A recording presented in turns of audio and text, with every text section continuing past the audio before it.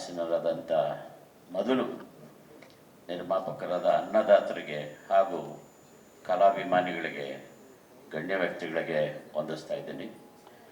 ಅನ್ನದಾತರು ಅಂತ ಯಾಕೆ ಹೇಳಿದೆ ಅಂದರೆ ಅವರಿದ್ದರೇ ಕಲಾವಿದರು, ತಂತ್ರಜ್ಞರು ಎಲ್ಲರೂ ಕೂಡ.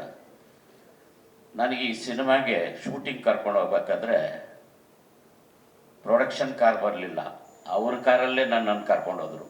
ರೆಹಮಾನ್ ಅವರು ಕರ್ಕೊಂಡೋಗಿ ಇನ್ನೂ ಶೂಟಿಂಗ್ ಲೊಕೇಶನ್ ಹತ್ರನೇ ಇದೆ, ಊಟ ಎಲ್ಲಿ ಅಲ್ಲೇ ಮಾಡೋದು ಅಂತ ಅಂದ್ಕೊಂಡಿದ್ದೆ. ಆದರೆ ಹೋಗೋ ದಾರಿಯಲ್ಲೇ ಒಂದು ಒಳ್ಳೆ ಹೋಟ್ಲಿಗೆ ಕರ್ಕೊಂಡೋಗಿ ಊಟ ಮಾಡಿಸಿ ಒಳ್ಳೆ ಬಿರಿಯಾನಿ ಫ್ರೈಗಿ ಎಲ್ಲ ಕೊಡಿಸಿ ತಿನ್ನಿಸಿ ಕರ್ಕೊಂಡೋದ್ರು.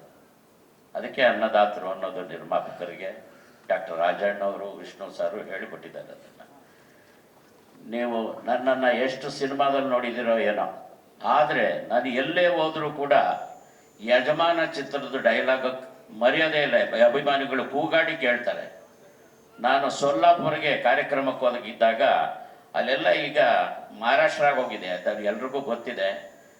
ಆದರೆ ಯಜಮಾನ ಚಿತ್ರನ ಮಹಾರಾಷ್ಟ್ರದ ದೂರದಲ್ಲಿ ಇರೋರೆಲ್ಲ ಬಂದು ಸೊಲ್ಲಾಪುರ ಥಿಯೇಟ್ರು ತುಂಬ ಚೆನ್ನಾಗಿದೆ, ಸೊಲ್ಲಾಪುರ ಥಿಯೇಟ್ರು, ಅಲ್ಲಿ ಯಜಮಾನ ಚಿತ್ರವನ್ನು ನೋಡ್ಕೊಂಡೋಗಿದ್ದಾರೆ. ನಾನು ಯಾವುದೇ ಕಾರ್ಯಕ್ರಮಕ್ಕೆ ಉತ್ತರ ಕರ್ನಾಟಕಕ್ಕೆ ಹೋದರೆ ಮೊದಲು ಮಾತಾಡ್ಸೋದೆ ಯಜಮಾನ ಪಿಕ್ಚರ್ ಡೈಲಾಗ್ ಮಾತಾಡಬೇಕು ಅಂತ ಕೂಗಾಡ್ತಾರೆ. ಅಂತ ಒಂದು ಒಳ್ಳೆ ಹೆಸರನ್ನ ತಂದುಕೊಡ್ತು ನನಗೆ. ಅದಾದ ನಂತರ ಬಿಡುವಿಲ್ದಾಗೆ 2-3 ಚಿತ್ರಗಳಲ್ಲಿ ಮಾಡುವಂಥ ಭಾಗ್ಯ ಸಿಕ್ಕಿದ್ದು ಯಜಮಾನ ಚಿತ್ರದಿಂದ. ಹೊಡಿಬೇಕು ಚಪ್ಪಾಳೆ, ಯಾಕೆ ಯಾರು ಹೊಡಿತಾ ಇಲ್ಲ? ನೀವು ಚಪ್ಪಾಳೆ ಹೊಡೆದ್ರೇ. ಹಾಗಾಗಿ ಭಾಳ ಏನು ಮಾತಾಡೋಕ್ಕೆ ಹೋಗಲ್ಲ ನಾನು.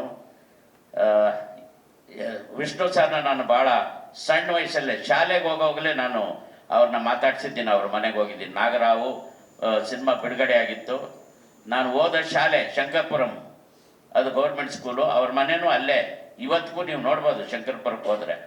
ಆ ಮನೆಗೆ ಹೋಗಿ ನಾನು ಮಾತಾಡಿಸಿದ್ದೆ ವಿಷ್ಣು ಸರ್ನ. ಅದು ಯೂಟ್ಯೂಬಲ್ಲೆಲ್ಲ ಹೇಳಿದ್ದೀನಿ, ಕೇಳ್ಬೋದು ನೀವು. ಆವಾಗಲೇ ಅವರ ಆಶೀರ್ವಾದ ಆಯಿತು. ಆದರೆ ಅವರ ಜೊತೆಯಲ್ಲಿ ನಾನು ಪಾತ್ರ ಮಾಡ್ತೀನಿ ಅಂತ ನಾನು ಅಂದ್ಕೊಂಡಿರಲಿಲ್ಲ. ಬಹಳಷ್ಟು ಸಿನಿಮಾಗಳಲ್ಲಿ ಅವ್ರ ಜೊತೆಯಲ್ಲಿ ರಮೇಶ್ ಭಟ್ ಸರ್ ಇರಬೇಕು, ನಾನಿರಬೇಕು, ಎಲ್ಲರೂ ಇರಬೇಕು. ಯಾರಾದರೂ ಒಬ್ಬರಲ್ಲ ಒಬ್ಬರು ಇರಲೇಬೇಕು ಅವ್ರ ಪಕ್ಕದಲ್ಲಿ.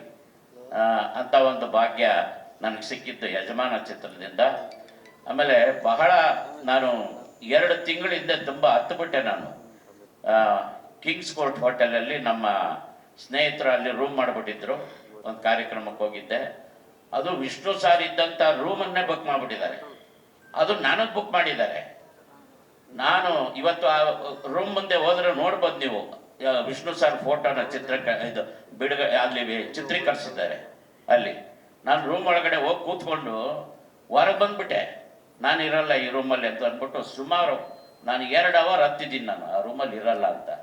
ಹಾಗಾಗಿ ಅವರ ನೆನಪು ಇವತ್ತಿಗೂ ಕೂಡ ಎಲ್ಲರೂ ಕಾಡಿಸುತ್ತೆ. ಅಂಥ ಸಿನಿಮಾ ಮತ್ತೆ ಬಿಡುಗಡೆ ಆಗ್ತಾ ಇದೆಯಲ್ಲ ಅನ್ನೋದೊಂದು ಸಂತೋಷ.